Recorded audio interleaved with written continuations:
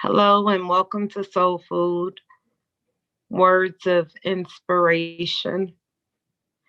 Tonight I said I was going to bring a special guest on today. And today is my fifth episode. And I look at the number five as the symbolization of grace. And I'm so thankful for all the grace that is that God is that He has shown me. Today is my birthday, and how I look at it on today is through this episode is a form of me beginning a new chapter, um, starting on a rebirth. Earlier today, I was sitting up and I was thinking about, you know, even my name.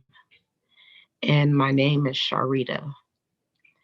And it's funny that my name contains the word shit in it. And shit also contains the word hits in it. So knowing in life I should have been, even more prepared to take the hits that were coming. And I've dealt with a lot of shit in my life. And a lot of times when we defecate, we flush it. In a sense, what we do today is we play in it. People are so trapped and stuck in the mess in life. And like I had said before on previous shows, that I always knew that I was going to be a writer. And it was so funny. The conversation that I was having before I got on air, my niece just called me out the blue and she was texting me earlier today. And she was just talking about me writing before I got on the air today. And when you think about confirmation or confirming word, a lot of times we sit on our own dreams, or because you don't believe in yourself, you don't believe that it's going to come into fruition. But planning, learning to be prepared for things when they begin to happen, when they begin to take off. My birthday is on 12/9. And when I look at the number 12, I look at the one representing God being the one and only. I look at the two as the union, getting in line with Jesus, the bridegroom. And one plus two is three, and three represents the Holy Trinity. So coming full circle with the Father, the Son, and the Holy Spirit. And then there's the nine. And I was 39 yesterday, and here it is today. I am 40.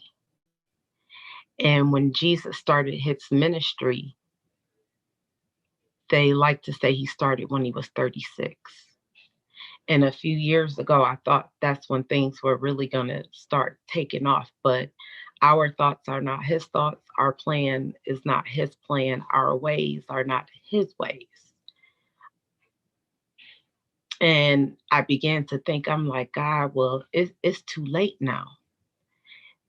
But numerically, a six can be flipped to a nine.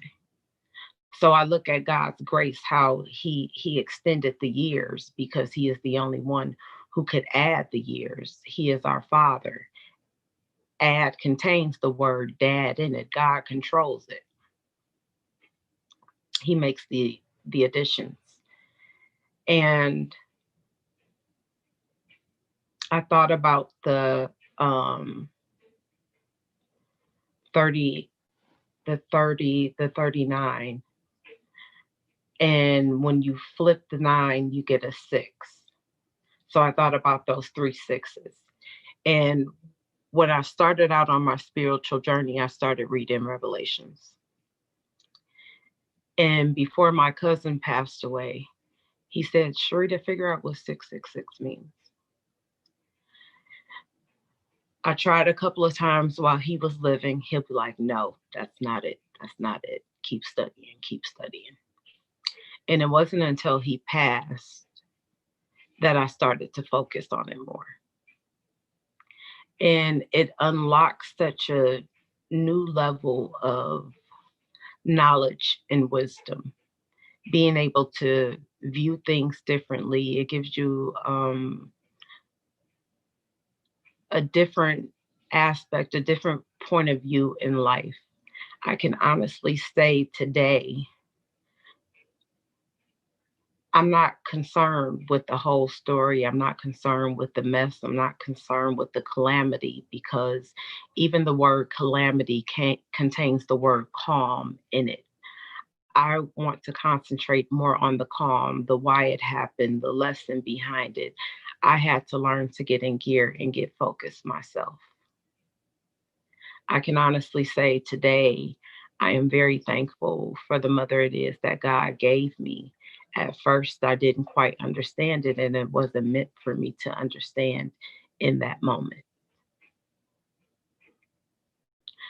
And I can remember a lady prophesied into me when I was 26, and she said, you're going to wish you didn't have just so much resentment. And it wasn't that it was even so much the resentment. I felt so unaccomplished to carry the assignment it is that God gave me. And I always wanted to achieve to do better for her, have her in a better position because she cared for me so well.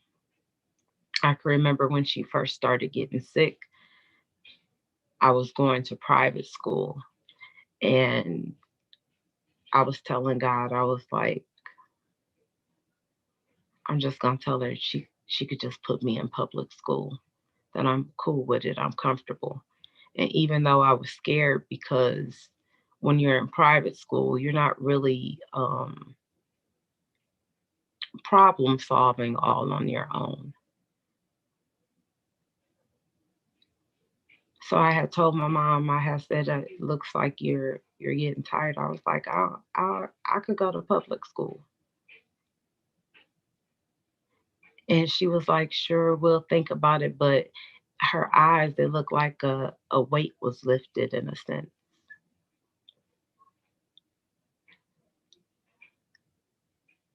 And I can say that's when I noticed me wanting to be more sacrificial.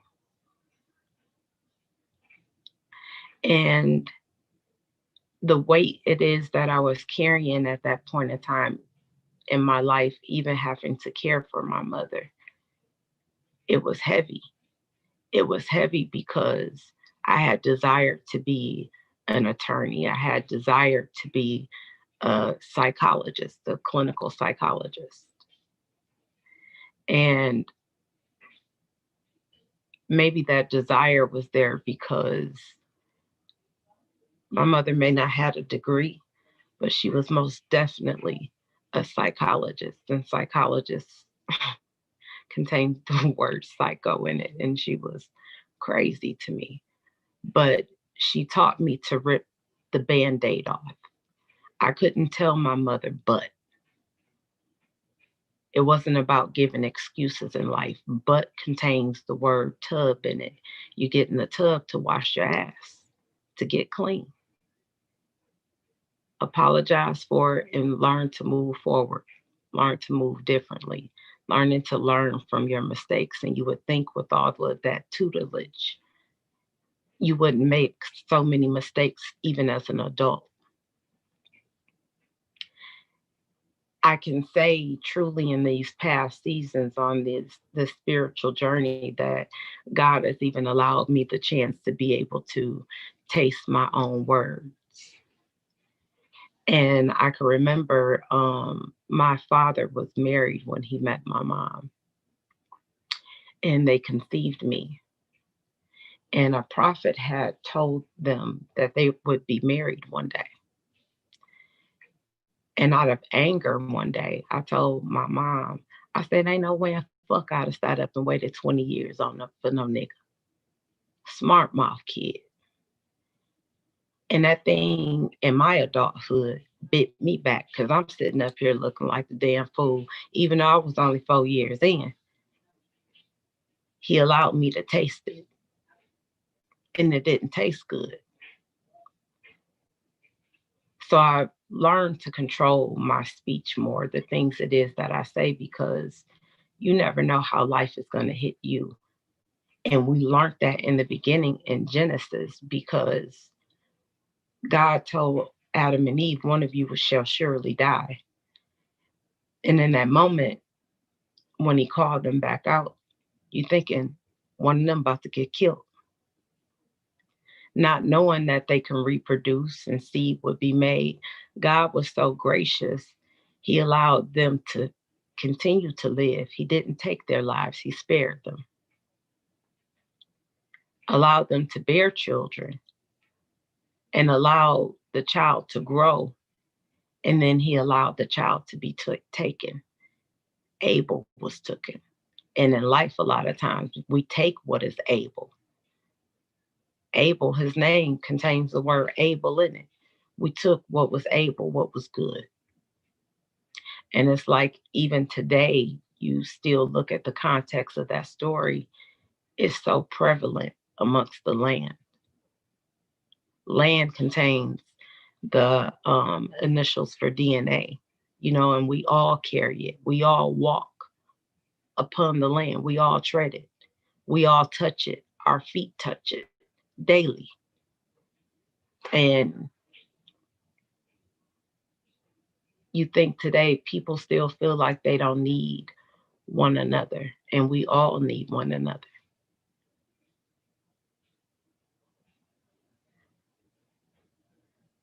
I've learned on this journey not just to watch what comes out of the mouth, but even what we allow to enter into the mind. And a lot of times we allow it to sit there, we allow it to fester, we allow it to eat away at us, and it diminishes our light, what it is that we can't attract, what it is that we need in our lives if we're barren. How could help find you?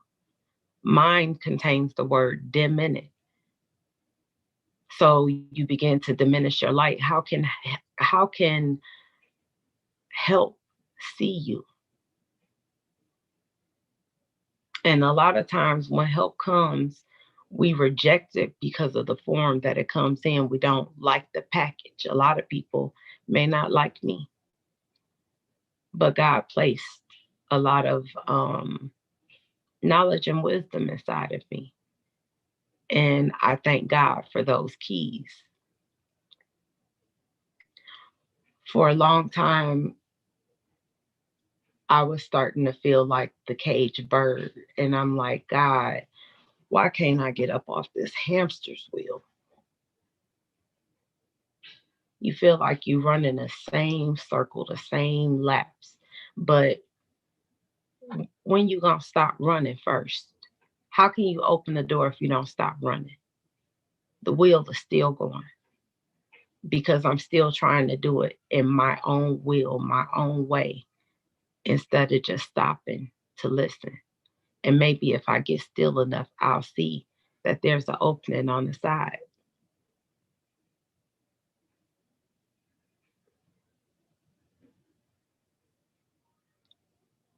Figuring out how to unlock our doors, come up out of our own escape room.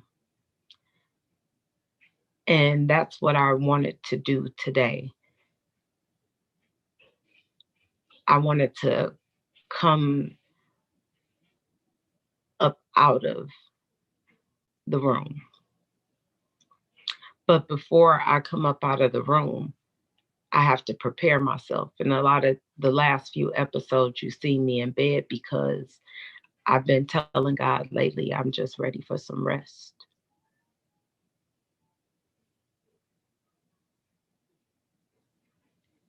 But if we allow God to steer the car until it's time for us to drive,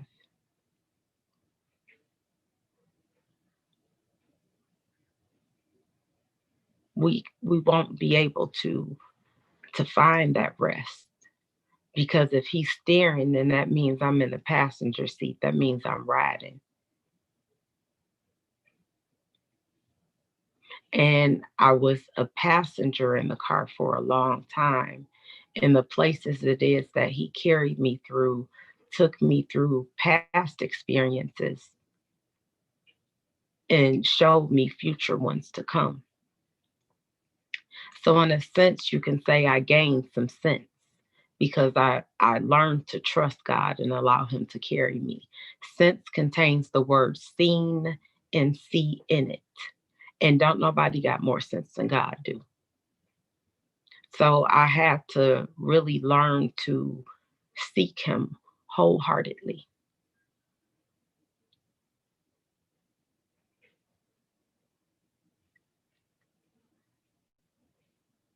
I had to step into a place where I was no longer afraid to get onto the potter's wheel. When you think about a piece of clay, it looks like a lump of shit once you break it down.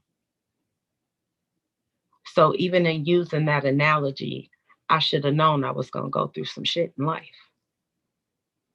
People will say, man, well, I'm over here just going through it. Well, the word through got the word rough and tough already in it. It was already placed there intricately. We just weren't still enough to see it. But I had to learn to press through. No different than when you get ready to deliver a baby. You have to push while you're having the contraction. And in life, a lot of times we have to learn to push past the pain. And I had to learn to push past so much pain in my life. And I'm like, God, when are you going to elevate me? When are you going to take me to another place? And a lot of times, the questions that we ask, once we get focused, you have to start believing in yourself.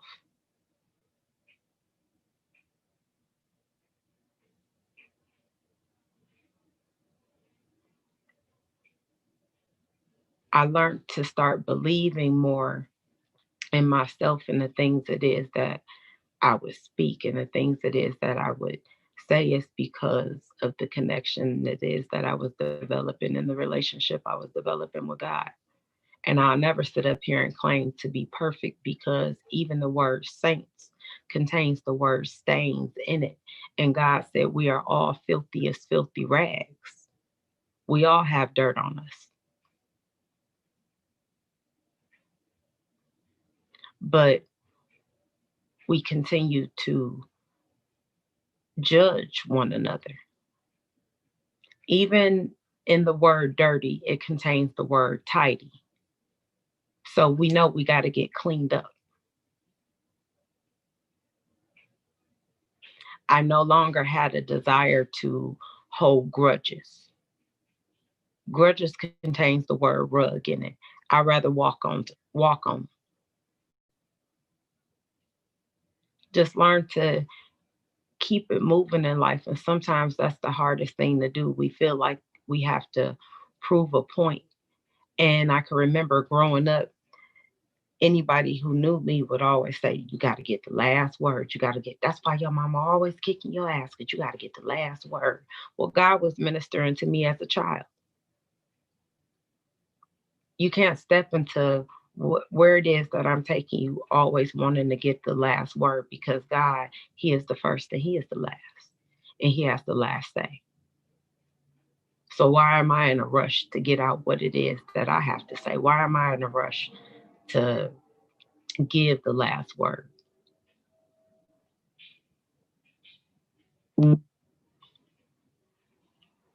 So God began to really work with me,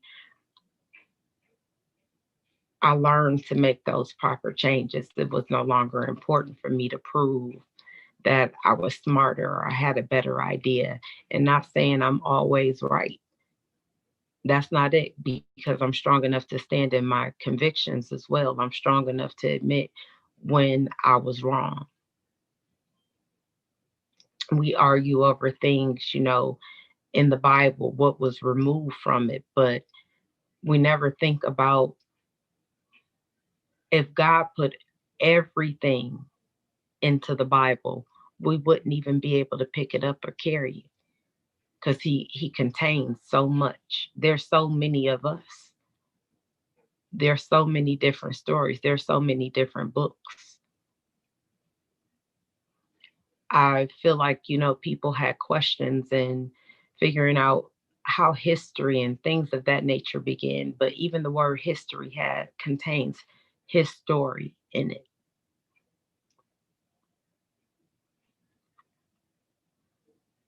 But God, throughout our lives, He's given us so much grace. He's allowed us to ad lib.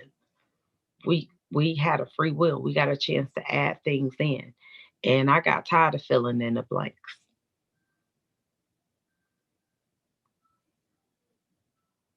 I got tired of trying to put pieces to a puzzle together instead of just allowing things to happen and unfold and appreciating Him preparing me.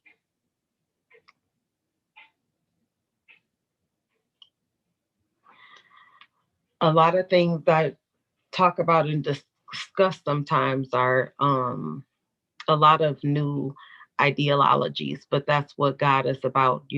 Iron sharpens iron at the end of the day. And here it is, we're going through this pandemic, and there's so many different bells and whistles going off. And people, when you read Revelations, you're expecting to hear these loud horns. Well, there's fires going off everywhere. People are making loud sounds everywhere. The alarms are going off.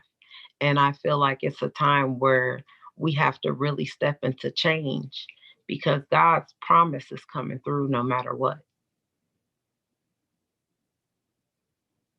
But we have to be able to prepare for it. One thing about this period, it has been a period of reflection. Before I got on today, I was playing Pandora and I was listening to Erykah Badu, Time's a Wasting. And we waste time. And in the Bible, it says, idle hands and the idle mind is the devil's workshop.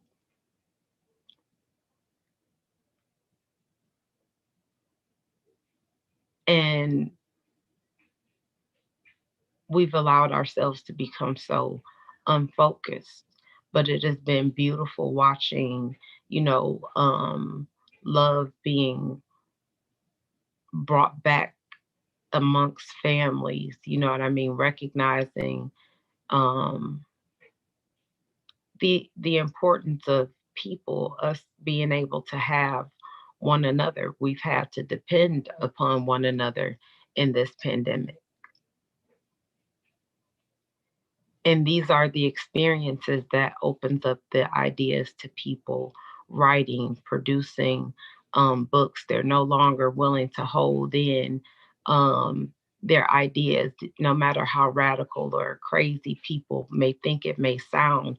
There's a sector for everybody. You know what I mean? That word may not be for you, but there may be somebody else who can relate to that individual's to their story. And this is a time for, people to get focused and really get busy. And I'm not going to just keep on even referencing to people because not being selfish or anything like that, but I have to be able to talk about me.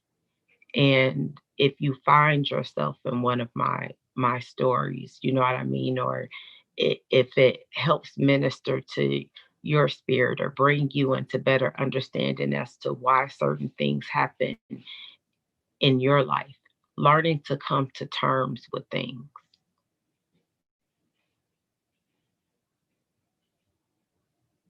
Learning to come to terms with things is very, very hard. You know what I mean?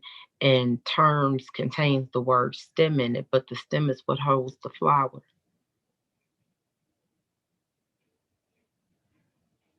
Even our stem cells, our bodies are important.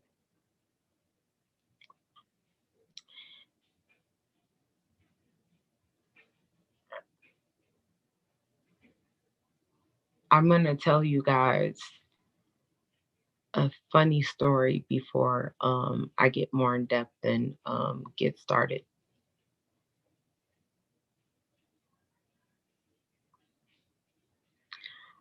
My mother, and it may not be funny to you, people may even look at it as a form of abuse, but my mother was no joke. She was not for the shit. She was no joke at all. And I can remember when, even as a child, even in giving correction, she wouldn't just whoop me for every little thing. She would say things like, "Oh boy, I'm telling you, putting some money in the bank today," and she'd be smiling. And it would be that last thing, and she'd be like, "Oh, you done fucked up today. You about to cash you a check today."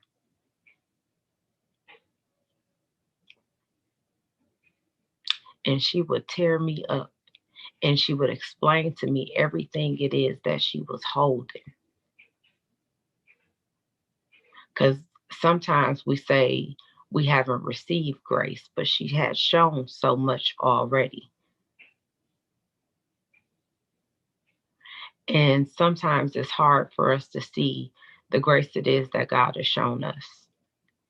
And during this reflection period, as I was taking that ride, I got a chance to reflect the things it is that He's kept me from, the things it is that He's protected me from. I can remember I was 13. My mom, she was like, "You got such a smart ass." She said, "One of these niggas, I'm telling you, one of them gonna whoop your ass one day." And I had that experience. I had that experience.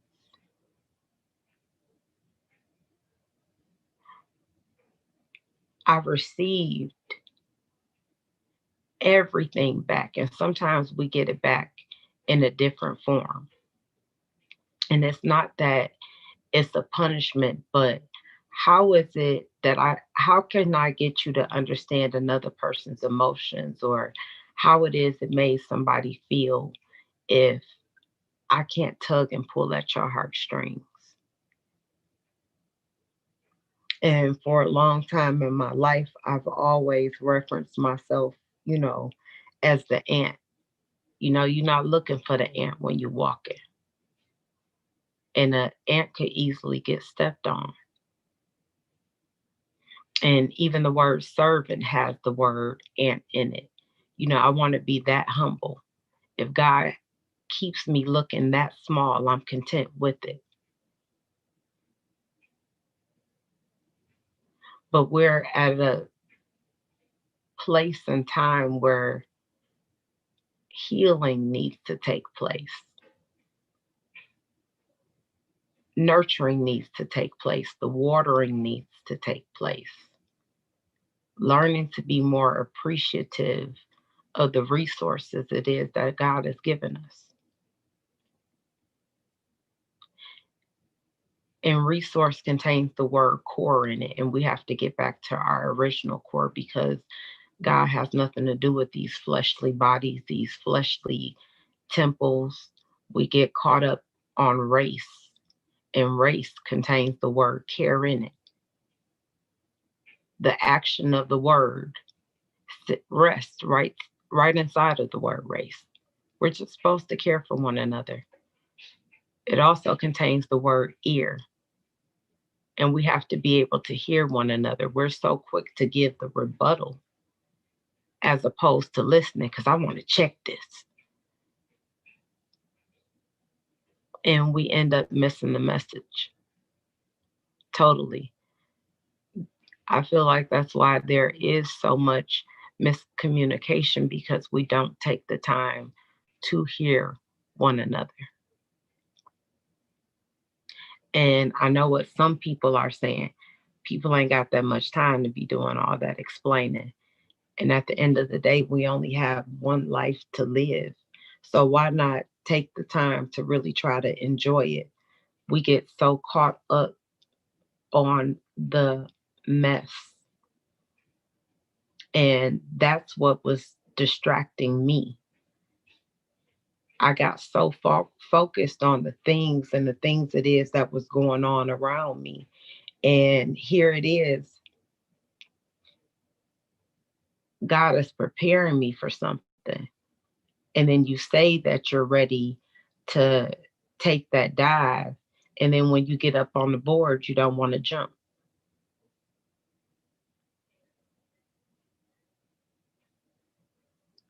And I think about imagine if my mom got tired of pushing.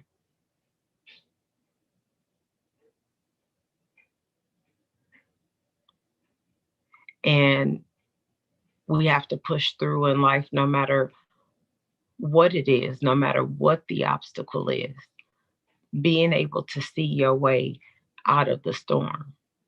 I feel like that's why God teaches us indirectly. Here it is, we have 4 seasons, and the 4 represents creation. You think about creativity, creating something new. You have a winter, spring, summer, and fall. And in all seasons, you can experience the sun. And that's a beautiful thing. No matter what's going on, God can shine his light upon it, the light of his son.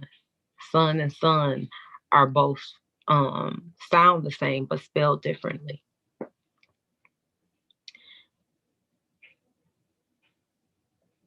I was telling God today, I said I'm really ready for takeoff. But in order for you to take off, you got to be ready to get on board. You got to be ready to get on the plane. And plane contains the word lane in it. You have to get in your rightful lane. You have to get in place. And I have to come into a place in my life where I didn't mind being checked. You go to the doctor to receive a checkup to make sure everything is okay. I have to allow God to administer me my checkup. I think about Michael Jackson's song and, I look at it as being so prophetic. He said, I'm looking at the man in the mirror and I'm asking him to make a change. And that's what I had to start doing. I started looking in the mirror and looking past it. And a lot of times we can make a judgment on someone else, but we don't see ourselves. And I had to really look at me. I had to look at what it was, the reflection it is that I was beginning to cast. And God is the viewer and we are the audience. I look at it as we are the actors. We are put in different positions to play different roles. God has people set up intricately everywhere. We judge people based upon religions. I'm looking for people who love God and who are good. Good contains the word God in it, but we judge. Religion contains the word region, and the only region I'm concerned about is that you're in a region with God, because then we can reach one another. And a lot of times we can't get what it is that we need So much can be birthed out through a conversation, but there's so much rejection in the beginning because of how it is a person serves. And I've never judged a person by who it is that they serve. I judge the character of the person because who you serve will begin to show.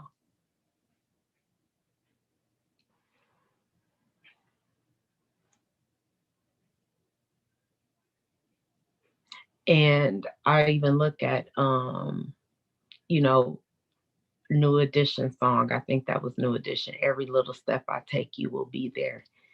And I ask God throughout life, every step I take now, I want you to be there. I want you to be in the presence.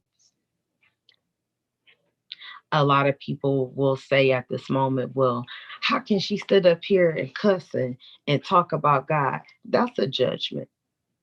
Judgment contains the word jug in it, and a jug holds water.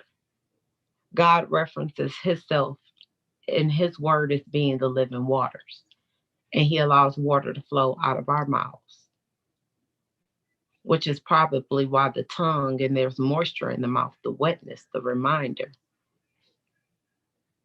that we need to thirst for him. We need to seek him. But we'll judge a person because of how it's packaged. I told God I didn't mind talking or saying whatever it is that he wanted to birth out of me. I didn't mind him using me, but I wanted people to know who it is that I am. Why hide? Why do what Adam and Eve did? When they recognized they were naked, they tried to cover up what their private parts. And what do we do in life? We cover up what's private, like God can't see. He know who it is that I am. Deliverance com- comes into your life, but we get delivered from so many different things. We're being delivered daily because we're learning something new daily. We're learning something new about ourselves daily. We didn't pick up all these habits at one time. And it takes time for things to burn off. It takes time for the flesh to lose its appetite. And the only way to kill that type of hunger, the only way to kill the thirst of temptation is to fill your spirit more. Learning to seek God, learning to seek true change.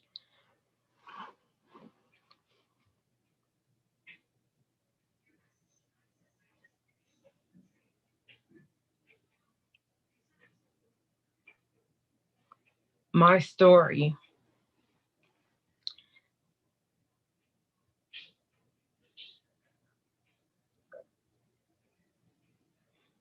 excuse me,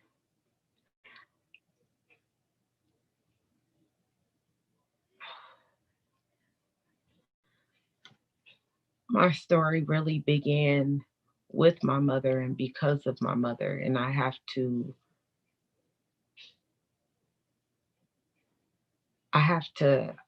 thank her for being who she was. I have to thank her for the role it is that she played. I admire her for her strength. And even today, I was tested as soon as I came into the house. There were clothes all over the floor. And I'm a bit of a neat freak, so I'm flipping. But here it is, God has been telling me, extend some grace in that area. Let that go. But when you're so frustrated, you're concentrating on things and you're not focused on the plan it is that he has set out for your life, it can't manifest because you have to be able to see past the mess. And that was the test today.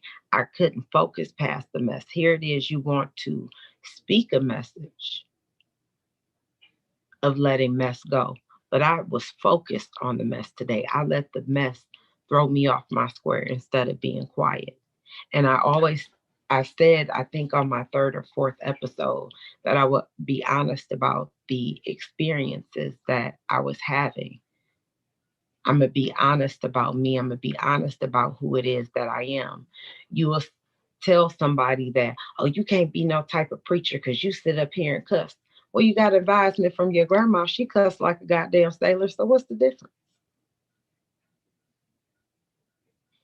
You never got good advice from that person.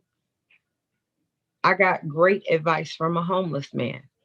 I got great advice from a drunk one day. They've been through some stuff. And maybe I'll give you a word, even though I wasn't strong enough to utilize the word and do nothing with it. But maybe you will. But we judge. We judge the hands that it comes from. And here it is, a person so broken taking the time to speak to you to give you a word. You can get back in your car. You got a home to go to. So it's not just about a conversation, it's about a feeding, it's about receiving a message, it's about a confirmation, but we know everything.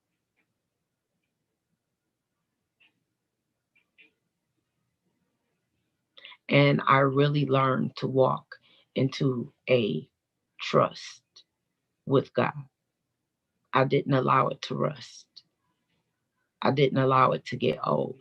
I learned to trust Him even more. And even the way in the direction the podcast is going, you know, in the Bible it talks about how Moses, he was afraid to speak. He had problems with his speech. And if God wanted to plan something, He would want to show you the operation of how that thing is birthed out. And I feel like with each episode, I'm becoming more relaxed. I'm becoming a little bit more comfortable with speaking.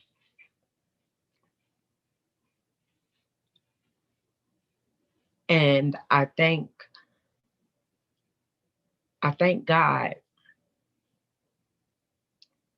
for being who He is. I thank Him for the way it is that He orchestrated it. I thank Him for the way it is that He planned it, because I was in a position where I couldn't run. And part of me even wanted to run tonight because I'm like, oh, I'm not all the way ready. And then you begin to thank God because ready got the word day in it. And one thing I know about a day, we have 7 days in a week. And I don't care if it's Monday, Tuesday, Wednesday, Thursday, Friday, Saturday, or Sunday. All those days contain the word day in it. And Saturday, I did exactly what was in the beginning of the word. I sat. I sat and pondered. And God asked the question, what are you going to do? And a lot of times you will sit up being your own cheerleader, geeking yourself up to do His will, but totally still, I was still so afraid to move, stuck. And I'm becoming more comfortable now, even hearing my voice. I still haven't even watched a full um podcast of my own. I can't take it, can't stand it. And I'm becoming more comfortable allowing myself to hear myself, because even as I'm talking tonight, it's a new experience. God is still allowing me to hear my words as I'm projecting them. And I'm thankful. I'm thankful for that.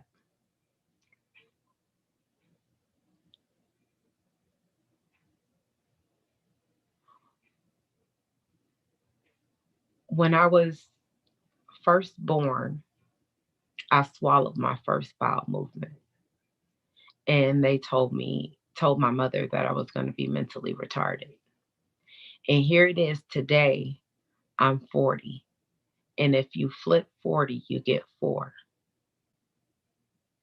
And I was 4 years old when I received my first set of encyclopedias, and I could read them. At four, I was able to read at an eighth grade level. I stopped caring about education once my parents wouldn't allow me to get double promoted.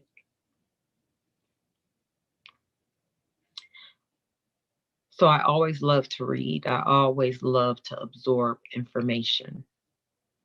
And even when you're trying to escape and get away from where God is leading you and taking you, He'll find another way. So it was like, if you don't want to stick your nose in a book, I'm going to help you become more of a studier of people. And that's what I've gotten a chance to do on my job and even throughout life. And I don't mind listening. I just had a problem listening to my own inner spirit. I had a problem listening to myself. And a lot of times we can get so caught up on the noise around us that we don't hear us anymore.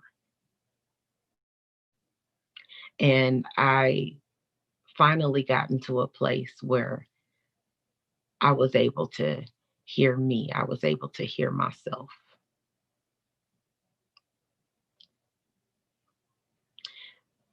Before this pandemic started, and before my mom passed away, I told her, I said, I feel like they're trying to create something airborne.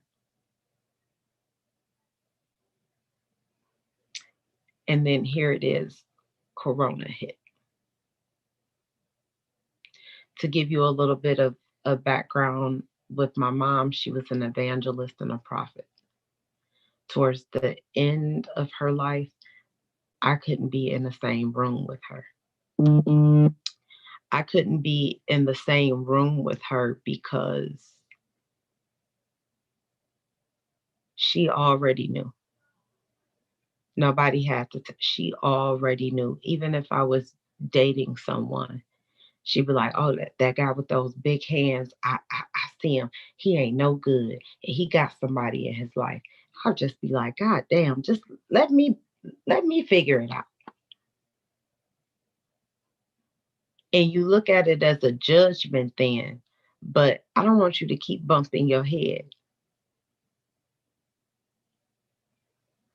But here it is, you say you grown, but your eyes ain't grown because here it is, I still couldn't see. And God had to take me to a place where, let me clear up your vision so you can see a little bit better. You can see better for yourself. But in order to see better, I had to learn to hear. I had to learn to be able to take direction.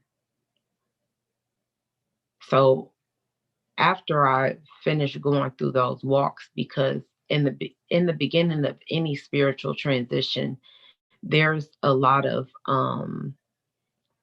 focusing on um, past, why certain occurrences happen. I thank God for the mother it is that He gave me, because every time God allowed me to get out and get a little bit of space, I got wild. So I thank God for Him having that mother in place, which gave me responsibility because I couldn't drift too far off. He gave me something to kind of pull the chain back a little bit. I need you to come here.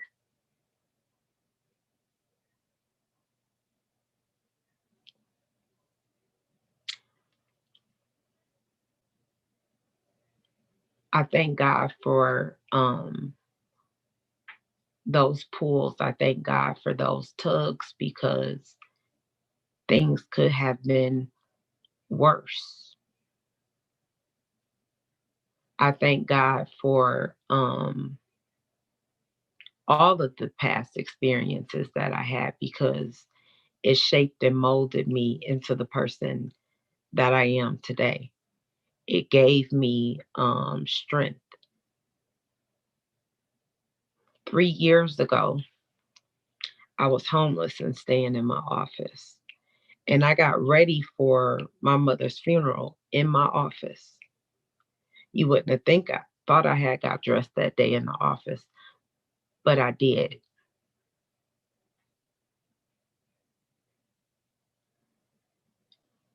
And you could be in a place in your life where you're serving God, you trust in God. And I'm like, damn, all this stuff is going on. I'm in my car, in the office. I'm at homeboy house who was driving me crazy during the time. Like, why do you have me in this space, in this season? But if God has something bigger planned for you, and for you to be able to minister to people in many different walks of life, He would have had to take you through some things yourself. He would have had to give me a story to relate to some of those people. And I can remember when I first posted it on Facebook, I got so many people in the inbox like, man, I went through that same thing, or I'm going through this now, or, you know, it makes people comfortable with opening up and becoming more transparent. I could have given up that time. During that time, I could have cursed God, but He has showed me who He was too many times, too many times for me to deny who He is.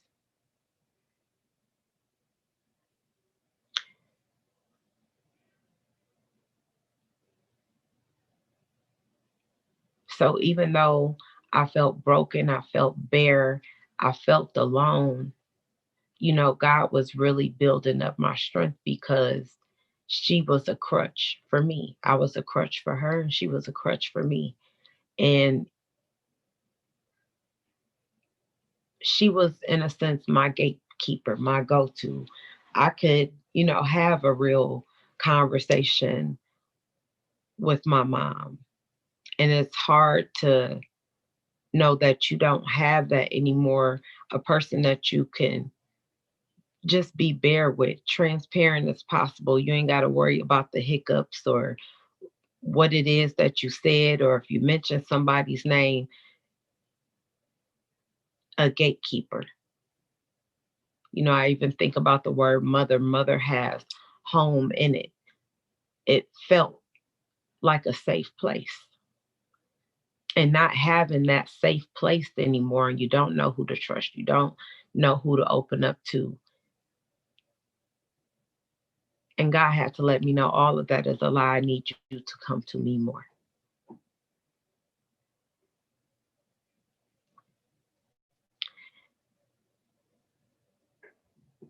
And at first, I was blocking out the things it is that I was blocking out the sound. And I learned to really, really, really, really step into the presence of God. I trusted Him no matter what it is that I was doing, no matter what it was that I was going through, whether I had a cigarette in my hand. In the Bible, it says, acknowledge me in all ye things. And just like I said, you can't hide from God. You can't hide what it is that you do. I don't want to hide who it is that I am. There are things that I still have to work on. No different than we'll talk about the drug addict, but we are all addicts. We're addicts to our behavior. Some people are addicts because they can't say the word no.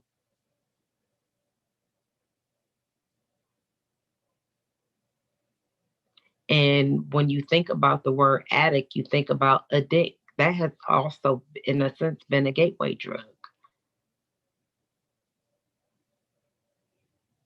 Addictions come in many different forms, but we judge people because of what it looks like. Some people get into a place um addicted to being into a neglectful relationship that causes them to look like a crackhead. You're no different.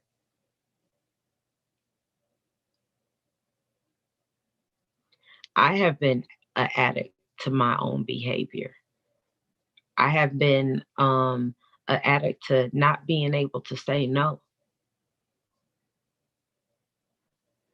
because we become, in a sense, people pleasers. And when you think about the word pleaser, it contains the word leap in it. When you gonna take a leap of faith and believe in yourself? No got the word on in it, and I learned to turn myself on for God. I learned to seek him for answer. I learned to seek him for counsel.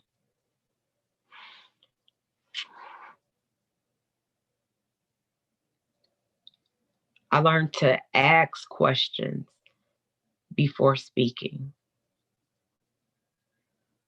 I learned to think more before I responded, I was because doing no matter what it was is that it I over? Oh gosh. Is it over?